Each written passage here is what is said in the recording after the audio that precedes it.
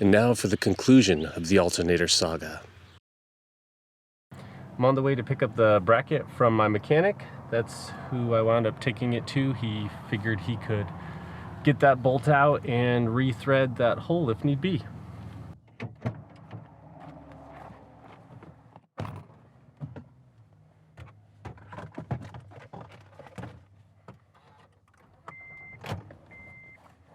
I got the bracket, and he bored out that hole and put a helicoil in it, a couple helicoils. Okay, I only have about 30 minutes to work before I have to stop and take care of Sophie. So I'm gonna start with trying to get the bracket put back on in place.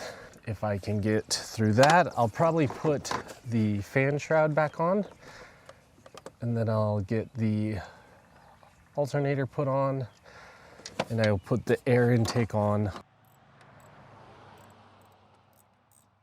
After learning the hard way about taking things that get in the way out first, I tried to figure out what made the most sense to put things back together. This way, I wouldn't be having to fight with things getting in my way. I've put the bracket back, which of course had to go on first.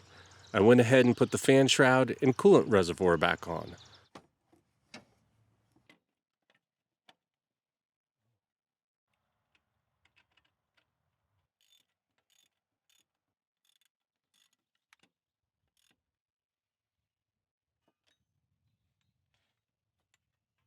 I put the alternator back in and put the belt back in its place. Then, I reinstalled the air intake box.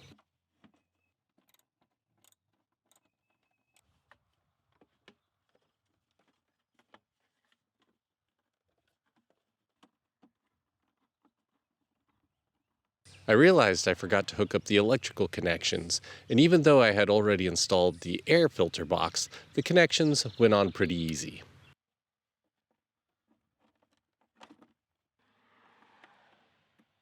After that, it's finish the air intake and reconnect the battery.